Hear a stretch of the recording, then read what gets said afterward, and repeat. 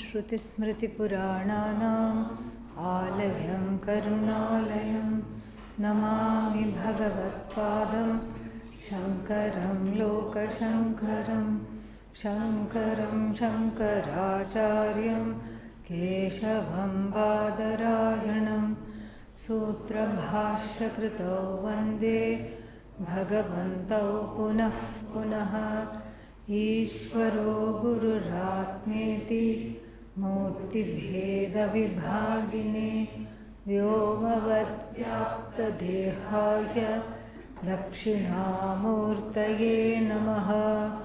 ॐ सहना भवतु सहनौ भुनक्तु सह वीर्यं करवावहै तेजस्विनावधीतमस्तु मा विद्विषावहै। ॐ शान्ति शान्ति शान्तिः। ॐ पार्थाय भगवता नारायणेन स्वयं व्यासेन ग्रथितां पुराणमुनिना मध्ये महाभारतम् अद्वैतामृतवर्षिणीं भगवतीम् अष्टादशाध्यायिनीम् अम्ब त्वामनुसन्दधामि भगवद्गीते भवद्वेषिणीम् यं ब्रह्मा वरुणेन्द्ररुद्रमरुतः स्तुन्वन्ति दिव्यैस्तवैः वेदैः साङ्गपदक्रमोपनिषदैः गायन्ति यं सामगाः ध्यानावस्थिततद्गतेन मनसा पश्यन्ति यं योगिनः यस्यान्तन्न विदुःसुरासुरगणाः देवाय तस्मै नमः देवाय तस्मै नमः। ॐ नारायणः परो व्यक्तात्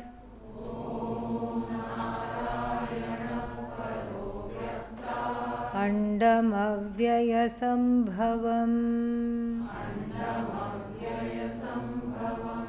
अण्डस्यान्तस्त्विमे लोकाः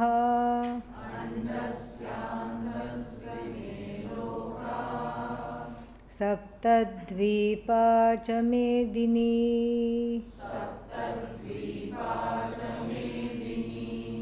Then from the 11th verse onwards we will chant together.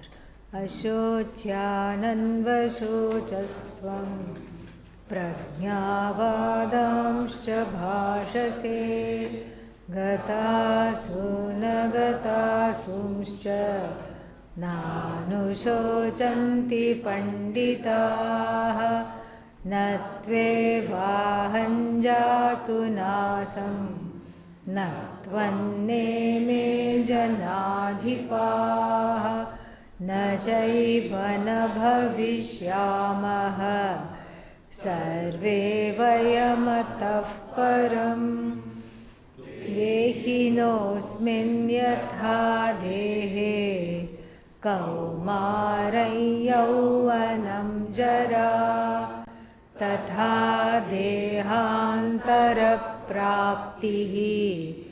धीरस्तत्र न मुह्यति मात्रा स्पर्शास्तु कौन्तेय शीतोष्णसुखदुःखदाः आगमापायिनो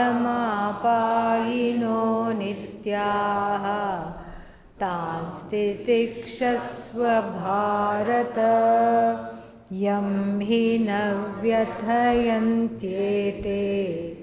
Purusham Purusharshabha Samasukha Sukham Dhiram Somrutatvaya Kalpate Nasato Vidyate Bhavaha Nabhavo Vidyate Sataha Ubhayorapi Drishtontaha Tvanayostatvadarshibhihi. Bhashya we have to see in this verse.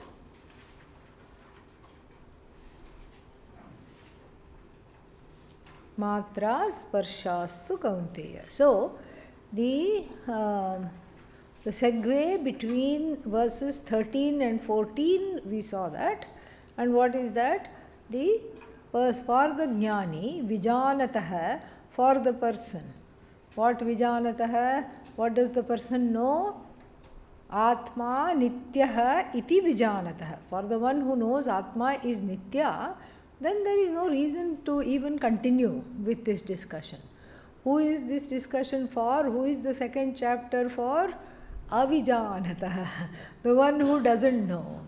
And for the one who doesn't know what happens, that one slips into identifying oneself through through all the things that change, like Shita, Ushna, Sukha, Dukkha.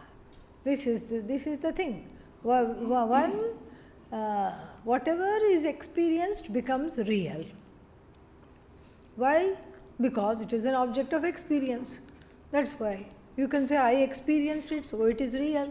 Sukha, I experienced, so it is real.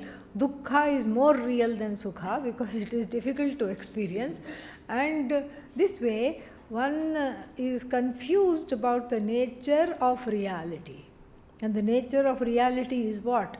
Brahma Satyam, Atma Satyam, Jagat Mithya. This is Mithya means Anatma, not Atma. Atma alone is, and the isness of this Atma has to be queried into, and that we will see. But for now, the thing is that for the person who doesn't know, avijanatah, for the one who doesn't know what? That this Shita, Sukha, Ushna, Dukkha, all that, these nimittas, these conditions, moha laukiko drishyate. We see that people are very confused in the world. They grieve, they get hot, they get cold, they complain, they are subject to all kinds of things coming from every single area. They are always reacting. And so here the next verse is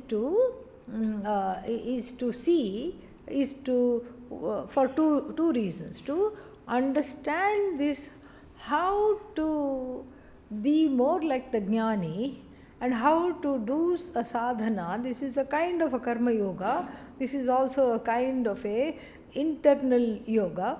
What is the yoga? Not reacting to things. This is the sadhana that is being given. Not reacting to things, because this is the way to get to the place of the jnani, who for whom these pairs of opposites do not even exist. We also saw this in the Kathopanishad. Anyatra dharmat, anyatra adharmat. Anyatra asmat, kritat, akritat. Anyatra bhutacha bhavyacha yat pashyasi tadvada. Small Nachiketa says, tell me something above these dyads. Dharma, adharma, one dyad, good, bad, dharmik, adharmik. And then cause, krita and akrita, cause and effect. Another dyad in one's life is what? Cause, effect, cause, effect. And then third dyad is past and future, time. Tell me something that is beyond time, timeless. Tell me something that is not coming under the spell of good and bad, which are again subjective conclusions, and tell me something that is beyond time and beyond cause and effect. And that which is whole and limitless, that is what one wants to know. And so the sadhana here is not to give that same reality which I give to the Atma to all the things that are happening. So this is the practice. And so here he says, Matra sparshastu kaunteya, we saw that. Matra means that which is the measuring tool. And then sparsha is what? Sparsha is the objects. And then, so then what do they produce? Shita, Ushna, Sukha, Dukkha. Any kind of contact with the world produces the alternative cycles of ecstasy and agony and hot and cold. Why they are mentioned separately, Adi Shankara will tell, we'll see. So, this hot and cold, ecstasy, agony, cause, effect, all these things are produced each time we contact anything in the universe. Universe means what? Objects. All the objects, when we contact, these emotions and these conditions of the mind are definitely produced. And if we can change them, if we have the power to change them, what must we do? We should change, no problem. Heat is unbearable, therefore what? Go sit in the Ganga, yes. Sit in the Ganga, spend your whole day there, come back. And so that's a solution. But supposing heat is bad, but Ganga is not there. You are in Jaisalmer, Rajasthan. What do? Sit in air conditioning. Okay, air conditioning is also not there. Air conditioning is there, but alas, it is broken. Why? Call the electrician, hurry up. Electrician not there. Why? Because it's India. Okay, so India is there just to make people ready for moksha. That's its sole purpose, really. It first teaches you titiksha like no other country can. Teaches you titiksha straight away. Even in the ashram, you get titiksha very quickly. You go and lodge a complaint in the office. Fan not working. They'll be very kind. Yes, we'll take down. What is your room number? Oh, okay. This is the room number. And then what happens? Nothing happens. And then you go there again. Yes, we are coming. Nobody will be rude. Very nice. Yes, we are coming. What's the problem? Electrician is on leave. That's the problem. As soon as he comes back, he will fix it. So it will be fixed not in your time. And electrician is just a nimitta. It will be fixed in Bhagavan's time. That is how it is. So India, India makes one ready for moksha. Really, all the mumukshus get ready here only. Because in order to be a jignasu mumukshu, first we have to learn how to put up with things which we cannot have any say over. What can you do? You can't do anything. Tan titikshasva bharata. Have forbearance. Learn to bear it. And this is how one grows. So here, this is the sadhana that is given. We saw that yesterday. Now let us enter into the Bhashya. We have already covered the Bhashya, but just for the sake of it, completing it. Matraha abhihi miyante shabdadayah iti Shrotradini indriyani. Matra means sense organs. Why? Because the sense organs, Shrotradini indriyani, Shrotra, hearing, etc., the sense organs, they measure. So, matranam sparshaha. Sparshaha means that which the matras, the sense organs touch. What Shabdadibhi sanyogaha, that which they contact. What do the sense organs contact? Sense objects, very clear. te shitoshna sukha dukkhadaha. Shitam, ushnam, sukham, dukkham cha prayachanti iti sukha dukkhadaha. They give. So any kind of what is that called? Contact with the objects in the universe can produce these kinds of emotions, can produce these kinds of reactions. And then athava, or else, he says one more, there is no difference between the two, but he gives a slightly different interpretation. Sprishyante iti sparshaha vishayaha shabdadayah matra cha sparshaha. Same thing he says. So here in the first instance, he is concentrating on the word matra. In the second instance, he is concentrating on what? Sparsha. That's all. So our objects and contacts are objects are the givers of pleasure, pain, heat and cold, you can say. Or you can say the sense organs are the cause of pleasure, pain, heat and cold. Both are one and the same. It's 6 versus half a dozen. What's the difference? What's the difference between 6 and half a dozen? Same, exactly. So, Shitam kadachit, Sukham kadachit, Dukkham tatha Ushnamapi, Aniyata Rupam.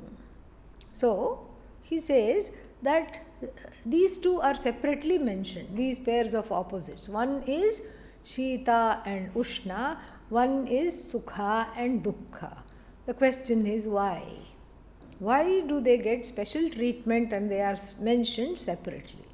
So, Sukham kadachit, Shitam kadachit, Ushnam kadachit. So, sometimes it is hot, sometimes it is cold.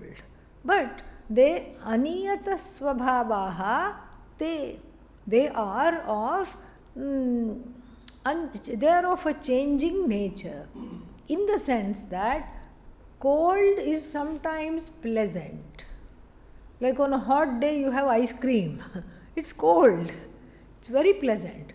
The same ice cream, if you try and have in December in Rishikesh, very difficult. Yeah.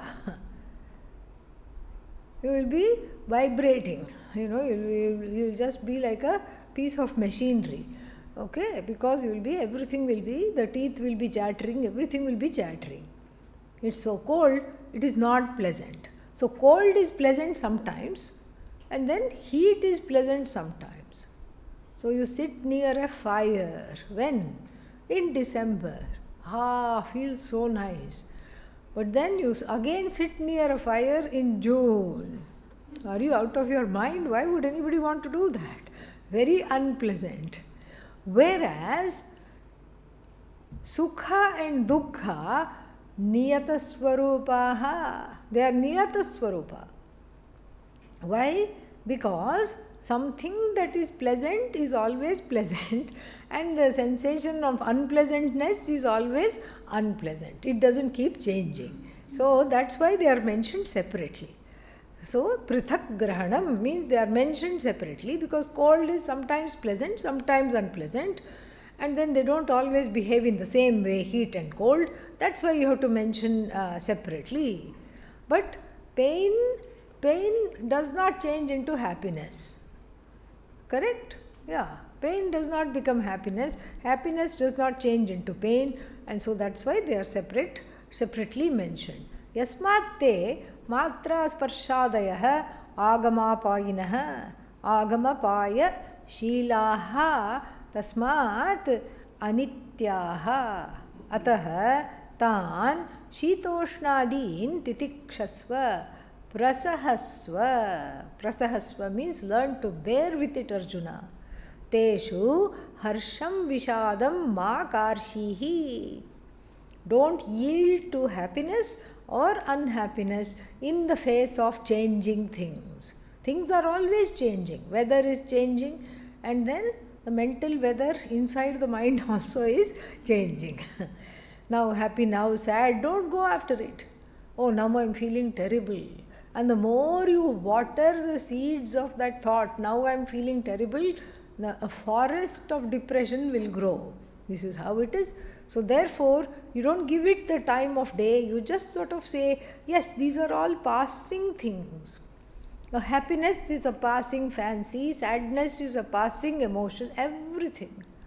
So one mantra that one can help oneself to is, no matter what one is feeling, you can repeatedly tell yourself, this too shall pass. ये भी चले जाएगा. This also will go. This also will go. And so whether it's pleasant or unpleasant, whether it's hot or cold, whether it's external or internal, if I keep saying this also is not forever, this also is going to go, this also is going to go, my mental state is much more sane. Otherwise, one goes on the brink of insanity. If you give every passing emotion its due. Therefore, this cannot be the case, and so tan titikshasva, just observe it. Prasahasva, sahasva. Saha means bear it. Sahate, bearing, endure it. What? And we have a idiom, what cannot be cured must be endured. What's the point?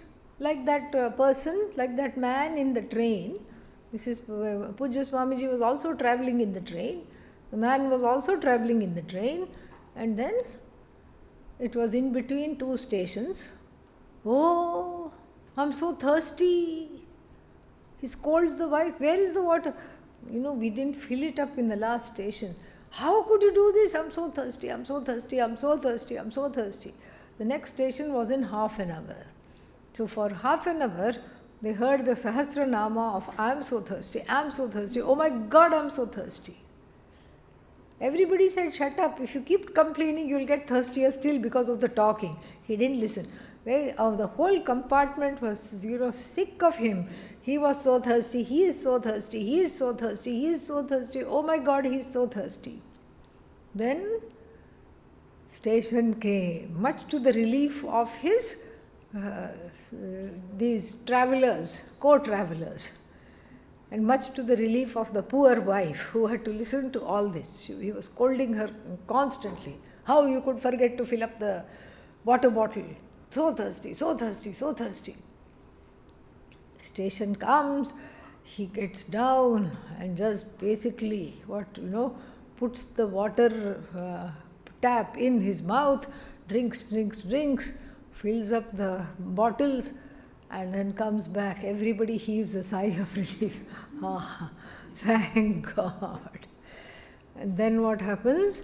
The train moves and the passengers are thinking, now we can enjoy some P and Q, and then we can even perhaps nod off, go to bed, go to sleep. And then he starts talking again. I was so thirsty. I was so thirsty. Oh my God, I was so thirsty. I can't tell you how thirsty I was. This is it. This too shall pass. Yeah. No, you don't understand. I'm so thirsty. I will only pass away. Doesn't matter. So be it. If I'm supposed to be alive, things will happen. Water will come from somewhere. If I'm supposed to drink, I will drink. That much courage must be there, especially for a Vedantin. And then we just keep on looking and keep on observing and keep on some threshold. We have to raise the threshold. Otherwise, small things that happen, always just like, oh my God, always startled. Like a squirrel, Have to have some courage. That Atma Bala is Atmanugraha. Atma Bala means a certain courage centered on the self must be there. And that gives a certain ability, a staying power in the knowledge, which is what we want. Otherwise, one is constantly distracted, trying to manage one's reactions to the smallest of situations. Nothing would have happened. But this is a big drama.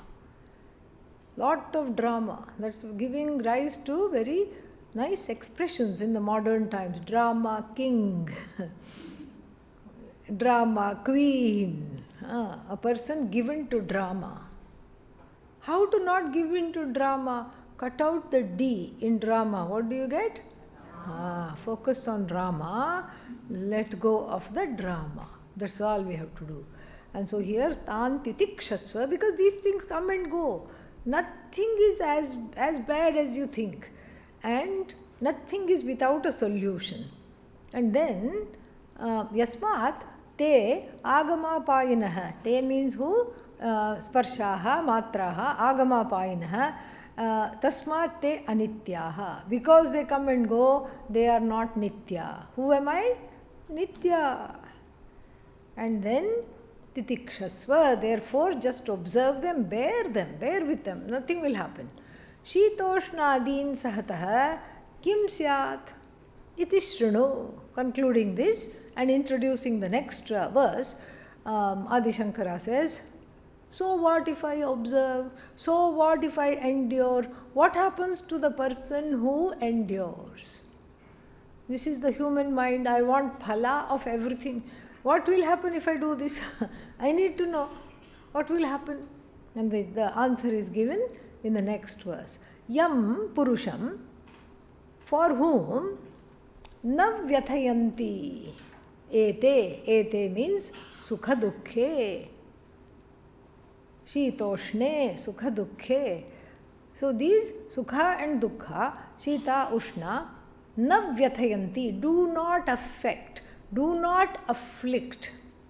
Who? That person, the one for whom these two do not afflict, that Purusha. What is he? That Purusha is dhira. Is a person ready for this knowledge, wise. Why? Because sama dukkha sukham, for who has schooled themselves to make pain and pleasure alike. They are not trying to increase the pleasure and go away from the pain. All that is not there. The person who has that inner maturity to not be afflicted or disturbed by all these things. Navyathayanti. Yam hi navyathayanti ete. Ete means sukha dukkhe, etc. All these opposite pairs.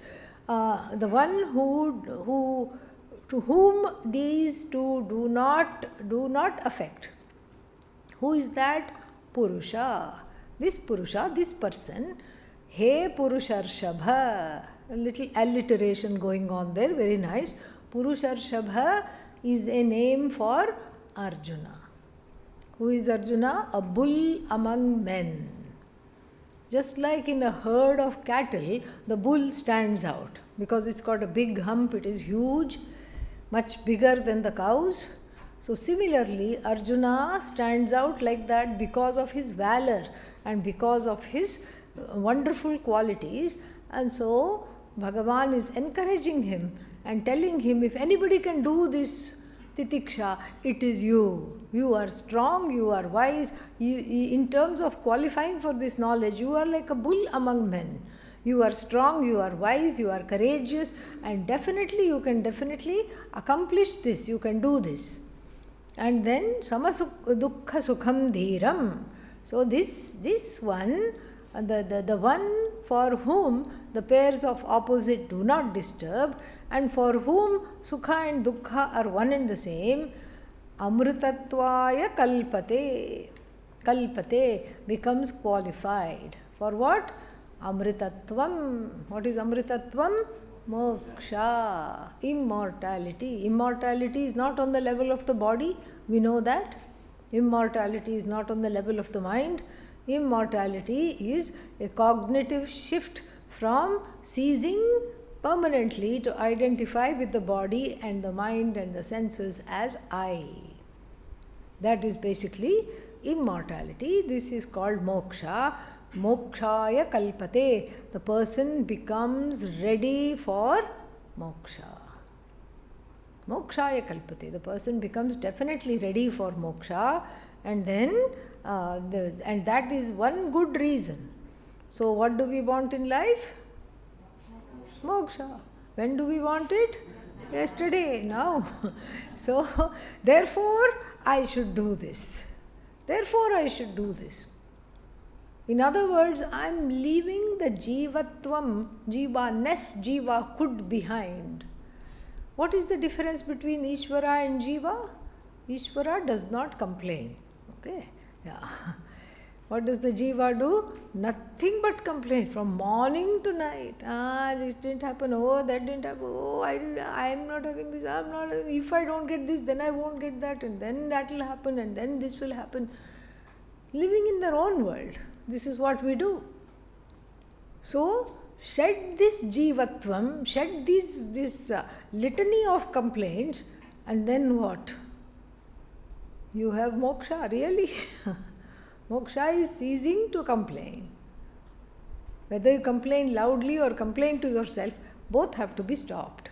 And so, the person becomes qualified for moksha by developing the muscle of enduring things. Why? Because I have not been put in this world to micromanage other people or micromanage my own comfort and discomfort or to micromanage something or the other, because otherwise I assure you the whole time will go in all these things.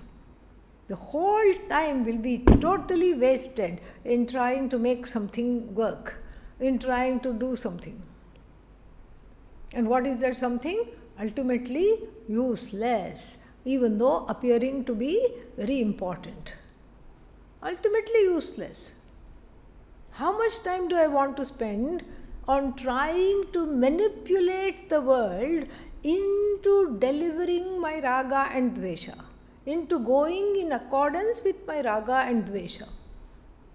This is what one does.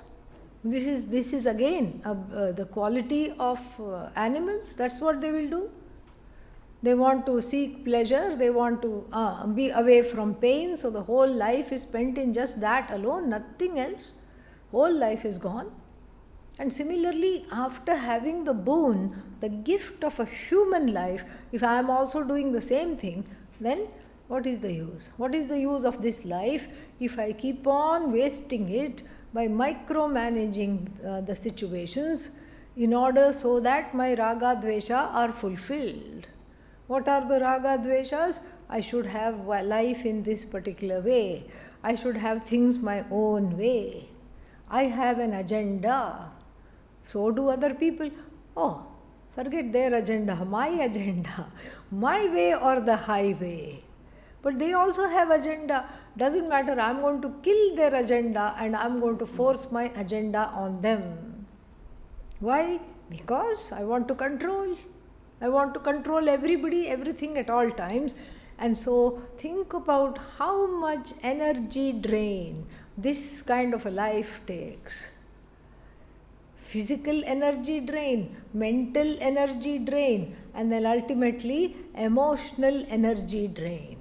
Why is there an energy drain? Because you have to engineer things.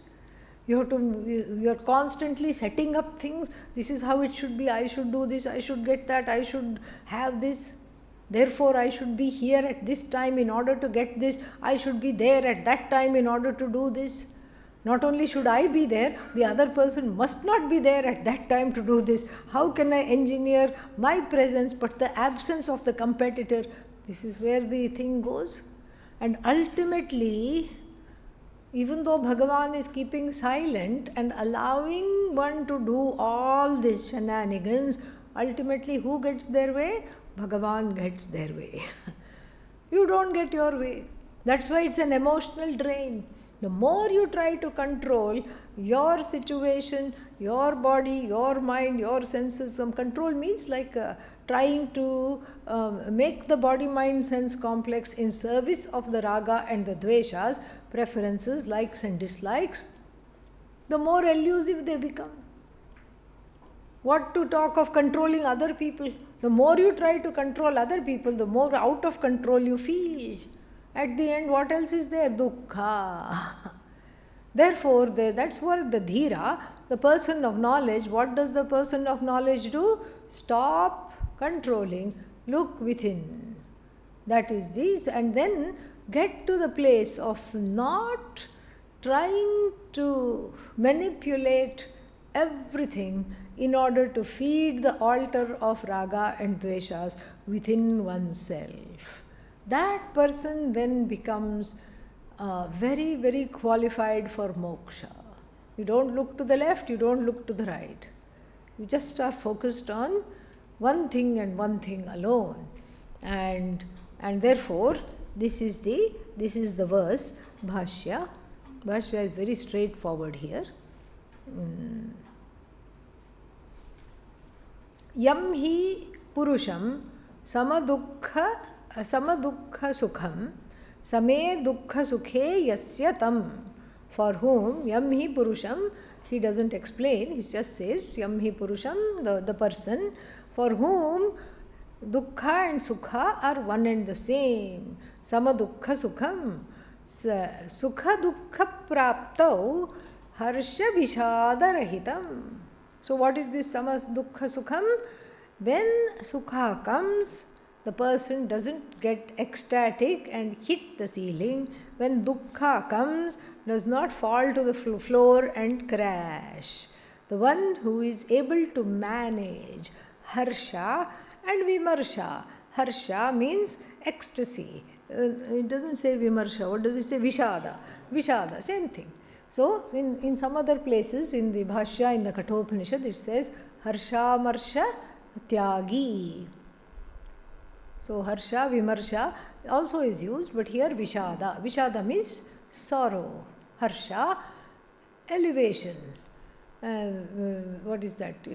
Feeling ecstatic, happy, feeling elevated because something went my way. And so, harsha vishada rahitaha tam. So, the one who is free of the being, see, it's not that one has to be stoic. Something wonderful happens. No, I am a Vedantin. I cannot show happiness at all, ever. Are you having a good day? Yes. It has in fact been a very fantastic day. No need to do that. But the idea is you don't just get carried away. You don't get carried away by something good happening by saying, aha, this was the time, this is the time of my world domination has come. Why? Because I was able to conquer this, I got this, I'll get the whole world. Everybody will listen to me. I will do Vashikaranam, I'll bring everybody under my spell, and then I will have world domination. Immediately one goes there. I'm riding the waves of success, it's now my time, all the bad times are gone, because the mind is stupid, the mind is like that. The mind thinks whatever is happening now is going to happen forever. How silly! When we look at it, from an objective standpoint, we see that this is absolutely silly, has no basis even in any logic. But then this is what I tell myself. So now I'm happy, everything is going along well. What do I say? This is how it's going to be forever. Is it really? No. The very next minute something hits. And then what? Oh no, now I'm going to be sad forever. It's a total waste of time. So harsha vishada rahita, you can feel happy, nothing wrong. Especially if you take it as a prasada, if you don't see yourself as engineering your own happiness, you can be happier still. If you don't see yourself as the agent of your happiness, if you don't see yourself as the manufacturer of your happiness is much more full. You can say it is a prasada from Bhagavan. You can have prasada buddhi. It's a gift from Bhagavan you enjoy. And then what when something bad happens? That's also a gift from Bhagavan. In the first instance, yay, prasada. In the second instance, prasada. But it's still prasada. No problem. If you see it as prasada, you don't neither feel guilt nor feel hurt.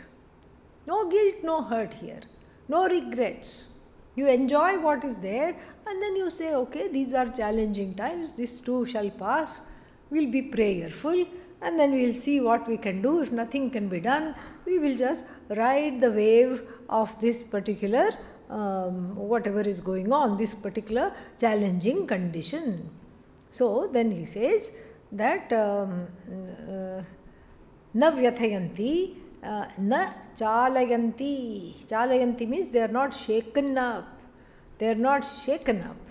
Nityatma darshanat, because their focus is what? On the Atma which is Nitya. They are always into choosing Nitya, and they are not caught up in Anitya.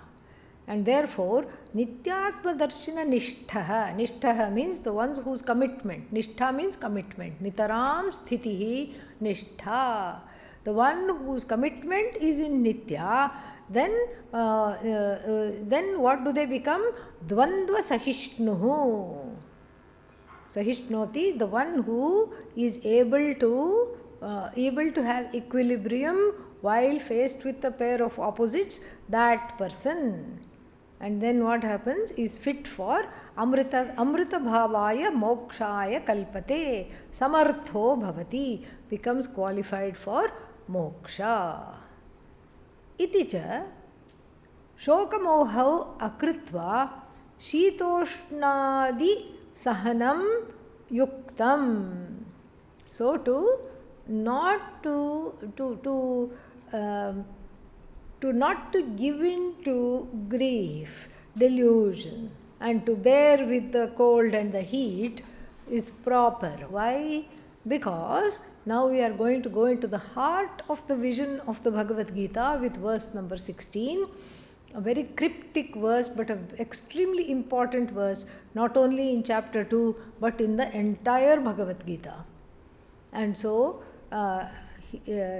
introducing this verse, Adi Shankara says that for the person who is able to ride the waves of misery, agony, and dukkha, sukha, etc., that person is qualified for moksha, all right. Why? And the why is answered in this verse. Why is there shoka moha? Why do I give in to shoka moha? Why do I give in to sukha dukkha? Why do I give in to heat, cold, all these changes? Why do I identify with the changes? Because I have Atma Ajnanam. And what does the Atma Ajnanam manifest as? Atma Ajnanam manifests as the inability to distinguish between I and not I. What is I? Atma. What is Atma? That I-ness, that which is self-standing, for which I don't have to ask anybody's permission to ask if I exist. Are you here? Yes? Yeah. You don't go to the person next door sitting and say, am I here?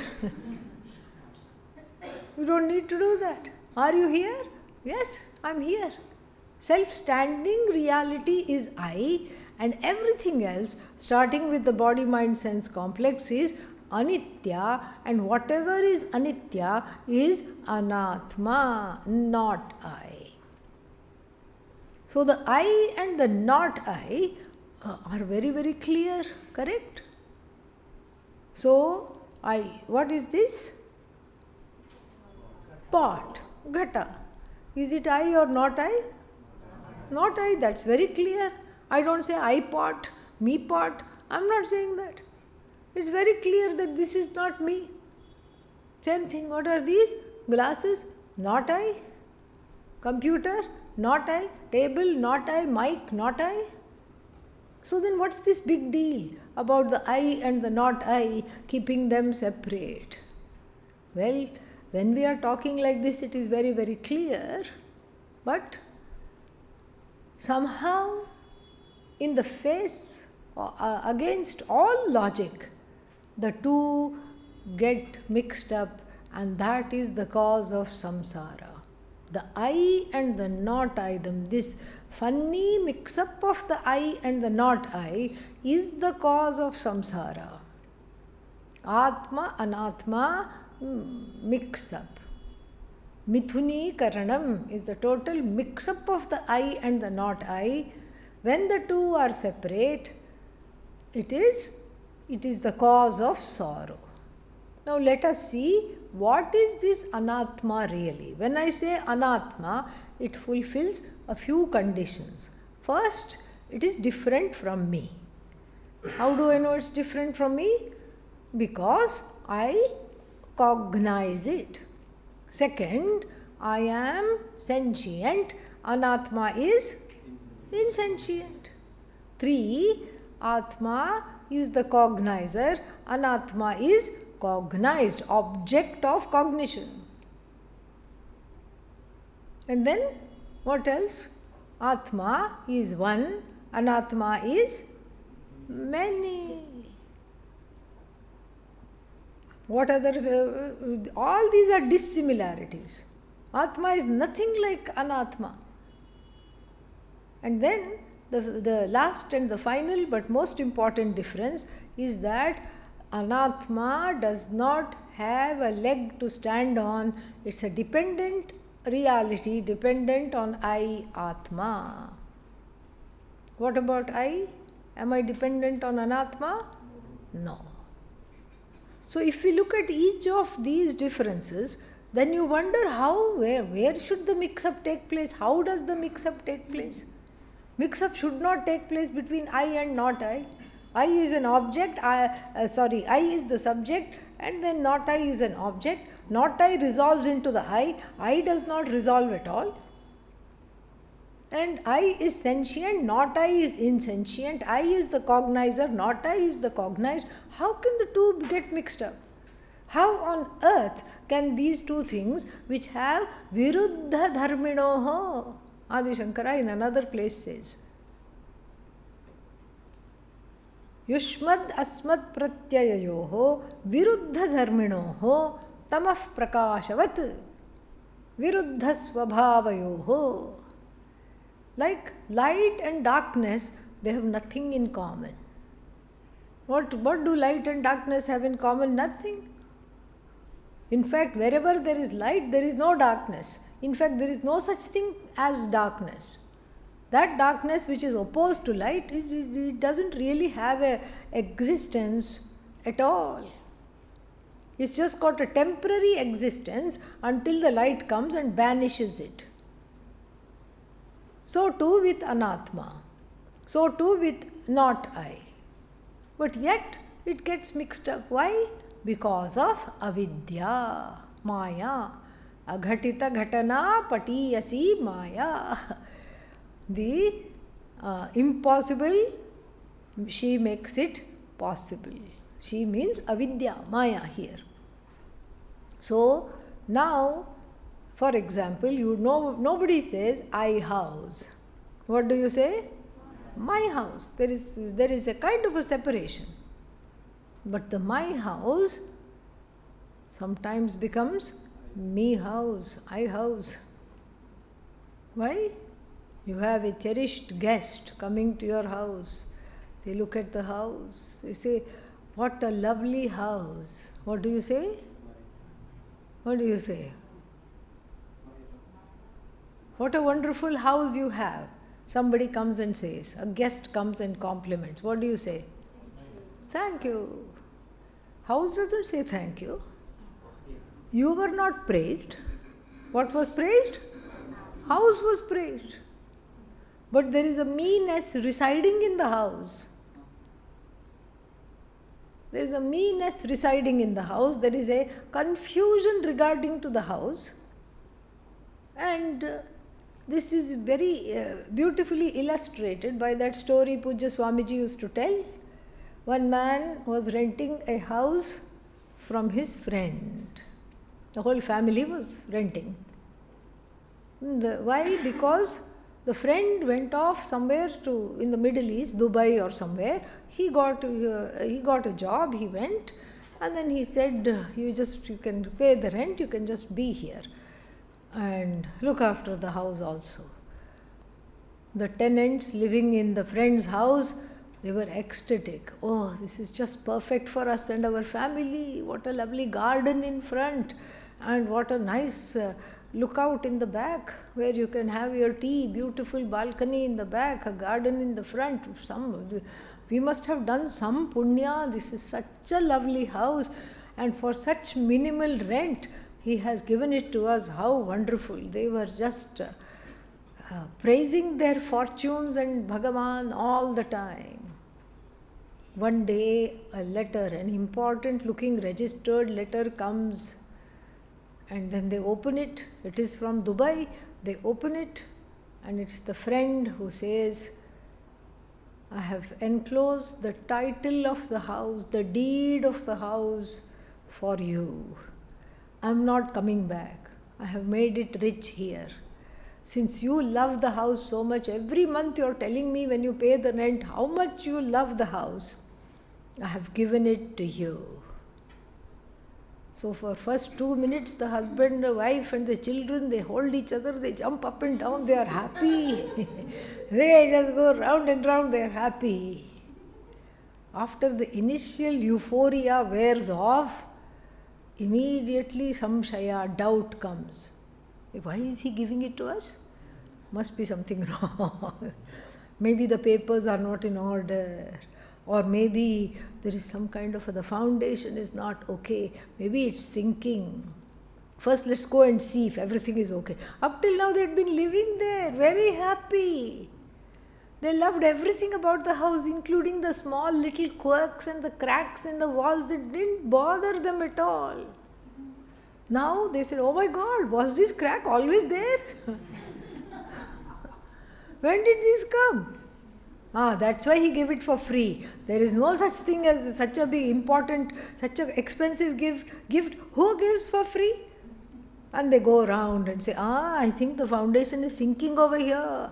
We have to get an inspector. We have to get it inspected. Then we'll make him pay for whatever repairs. Here is this fellow giving the house for free. So, what happened to this house? It became I house. From my house, what happened? I house. Ownership and possession, there is a difference. You can own many things. It's an objective statement. You can own a car. Why? The car papers are with you. You can own a house. You can own some jewelry. You can have some money. You own it. But when you say, I possess this, that means there is a subjectivity. The Atma-Anatma mix-up has already taken place. I am no longer able to distinguish between Atma and Anatma, and then Anatma has taken the place of Atma. But really speaking, what is this house? Especially if you think of a flat. Nowadays there are flats everywhere, including in Rishikesh. Again, this is Pujya Swamiji's experience. Pujya Swamiji went to Griha Pravesha, housewarming in somebody's flat. Pujya Swamiji asked, do you own what? When you say you own this flat, what is it that you own? Do you own the walls? No. These walls do you own? No, that's the outer walls. It belongs to the society, the cooperative society that built this flat. Oh, do you own the inner walls, this side perhaps? No, that is the wall to the next door's house. Do you own the floor? No, that is niche wala ka ceiling, the ceiling of the one living below. You must be owning the ceiling. No, that's the floor of the one above. What do you own? Space. Can space be owned? Are you out of your mind? Are you spaced out? You don't own anything. There is no such thing as flat. And after spending the whole life savings, you become flat when you understand this. That's why it's called flat. Okay? You don't own anything. You can't own anything. And what we call anatma is like this flat. It comes apart right in front of you. It shows its nature by showing itself to be nothing. It's nothing. Ultimately, it's nothing. Why? Because it's dependent on me. I am the one who's saying I own this flat. Flat is not saying I own you. No. And what is it that you own is very interesting. Everything is like that. What is this again? Pot. Pot is dependent on clay. Then is clay also independent, existent, independently existent? No. Clay is dependent on molecules, particles, so many things, earth. And so everything has to end up in I, Atma, Brahman. That Atma which is Brahman. There is no Atma without being Brahman. That's all there is. And so, therefore, this world of Anatma creeps up and becomes Atma. If it happened every now and then, I can be vigilant and tell it to go away. But the whole identification with Anatma is complete, starting with the body-mind sense complex. Is the body Atma or Anatma? Anatma. Mind Anatma, senses Anatma. But all this is taken to be I body, I mind, I senses. Even the clothes are me. That's why if I say, nice t-shirt, who says thank you? T-shirt doesn't say thank you. Same thing, anything I appreciate. Person is walking a dog, or rather the dog is walking the person, because the dog is ahead. Okay? Usually the dog is ahead. The dog is walking the person, and then, nice dog. Dog doesn't say woof woof. Yeah. Person says, oh thank you, thank you, thank you. There is an I-ness. The Anatma dog has become Atma in one's thinking. This is how it is. So all the things I possess, what do they do to me? Secretly they possess me. I don't possess anything. They possess me. My dependence on those things make them possess me. I am possessed by those things. I am not possessing any things anymore. That's why the Shita, Ushna, etc., when I observe the heat, cold, when I observe and learn to endure, there is an inner space created between Aham, Atma, and Anatma, the object of observation, the object of endurance. Therefore, this verse sets right whatever is Atma and Anatma. Let us look at the verse. Na asataha bhavaha vidyate. Vidyate is. Na vidyate not is. Asataha for mithya. Mithya means dependent reality. Asat must be studied or translated as mithya. For this world of objects, the world of anatma, the world of dependent reality, asataha, for this mithya, bhavaha, existence is not there. Existence is not there means what? Independent existence is not there, like even pot. Is pot independently existent? No. Is cloth independently existent? No. And anything you see in the universe is not independently existent. The only one that is independently existent is the one who says nothing is independently existent. Who is that? I, Atma. So, asataha bhavaha na vidyate. For that which is ultimately non-existent, it cannot said to be enjoying a self-existence, an independent existence, like even this pot. Then, sataha abhavaha, likewise, na vidyate. For that which is independently existent, here it is called sat. What is that sat? I. Tat sat sa atma tvamasi shvetaketo. So that I, which is the source of all existence, because I can't say I enjoy dependent existence. Then the question will come, what are you dependent on? What is the I dependent on? If you were dependent on somebody else or some other entity, then you would not be able to answer yes when I ask the question, are you existent? Are you here? So that means you are independently existent. You enjoy self-existence. Unlike every other thing in the universe, you are the only entity which is self-existent. So for this self-existent entity, abhavaha na vidyate. It can never not exist. So what is the nature of my existence? It is a non-negatable existence. Non-negatable existence. Can you deny yourself? Can you say, I am not here? I don't exist? Who says? The existent one says, I don't exist. It's like a small child hiding behind the sofa and saying, don't look here, I'm not hiding behind the sofa. In so doing, what does it do?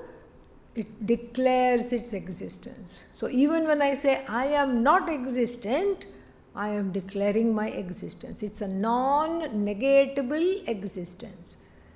So first two things I know about myself now. I am Sat. I am self-existent, and then this Sat, its nature is non-negatable. So therefore I am self-existent and I am non-negatable. Can you say the same thing about pot? No. Pot you can negate right now. You don't even need, long sleeves to make the pot disappear and say, look, no pot. We don't need all that shenanigans. While in full view, you can make the pot disappear into what? Its cause, clay. After attending Vedanta class, no one will look at the pot the same way again. No one will look at the snake also in the same way, the rope and the snake. This happened to one brahmachari in the Anikatti ashram. After hearing rope snake, rope snake, rope snake, outside his room, some garden was there, and then his job was to weed in the garden, and he said, "Arey, somebody put a rope here. Let me take it out." What was it? This is the only time reverse mistake was done. Then he got so frightened. It was a harmless garden snake, but nonetheless, it did not tell, I don't bite, don't worry. At that time everybody is scared, so he just threw it and ran. And I think the snake was more scared than him, but nonetheless. So, you can't look at the pot the same way again. You'll never make a mistake of thinking this is pot. You'll never make the mistake of thinking the ornament is separate from gold. If you have studied Chandogya Upanishad, if you have studied some Vedanta. So every object depends on its cause, and then the cause also, when you look deeply into the cause, that cause becomes an effect. And then that effect, what happens to that effect? That the effect has one more cause. And then that cause becomes the effect, and then that effect has one more cause, and that one more cause also becomes the effect, and that new effect also has another cause, and it's endless. Until we resolve all these cause, effect, cause, effect, cause, effect into the causeless as though cause, which is what? Atma, Brahman. Tasmad va etasmat atmanah akashas sambhutah akashad vayuhu. So from this Atma alone everything has come, and to this we have to add our favorite phrase. What is that? As though. As though. As though come. And so this whole Jagat is resting on Brahman. And who is this Brahman? Atma. It's resting on me. And so here I am crying over something. How funny. This is what the whole verse is all about. Here I am crying because it's too hot, and that which is called heat doesn't have a separate existence from me, and it is dependent upon me. How can it make me cry? We don't think. Here, that confusion is there, and that confusion is resolved by understanding the first. The first line is only the whole verse. The next line is just a conclusion. We'll see that very soon. So, the first line says, asataha bhavaha na vidyate. For that which is a dependent reality, it cannot and does not enjoy an independent existence. For that which is a dependent reality, there is no independent existence. For that which is the independent reality, self-standing reality, there is no non-existence. Ubhayopi drishtontaha, the one who sees the truth of these two things, which have been said in the first line. Anayoho, ubhayoho, the one who sees the truth and sees himself or herself as what? Sat or asat? Sat. Then that is the one who is Tattvadarshin. That is the one who is the Jnani. Tattvadarshin means the one who sees the Tattva, the reality of everything. That is the Jnani, and the Jnani has to resolve what? The problem, the difference, or the confusion between Atma and Anatma. Atma to be taken as Anatma. And if you look at the Bhashya, you will not feel like coming to the class tomorrow. See how many pages? 1, 2, 3, 4, 5, still going. 6, 7, 6.5 page Bhashya. Okay, do not fear. All right, I will tell everything in English. I will tell every argument in English, and here we encounter a person also in this Bhashya. Who is this person? Purva Pakshi. Purva Pakshi means an objector. Purva means the first conclusion. The first conclusion about anything so deep is always wrong. So Purva Paksha, first we will encounter the Purva Paksha. Purva Paksha means the erroneous conclusion, the objector. Who is this objector? It can be in the form of somebody from a different darshana, Sankhya, Naiyayika, Vaisheshika, etc., from various quote unquote schools of thought. Or it can be some thoughts arising from myself alone. It can be some thoughts arising from myself alone, because it is deep objections and some problems of not understanding hidden within me, which will never come out. Even in satsang, I will not know to ask the question because it's in the subconscious, deeply buried. So therefore, the Shastra, the tradition itself brings out these kinds of objectors, and then so that our own problems are resolved without even needing to look at them as our problems. We can objectively say, okay, this bad boy has an objection, let us see. And so we have several objections for which we see the beauty of Adi Shankara refuting those objections. We will see how to do that. Om Purnamadav Purnamidam Purnat Purnamudachyate Purnasya Purnamadaya Purnamevavashishyate. Om Shanti Shanti Shanti. Harihi Om Shri Gurubhyo Namaha. Harihi Om.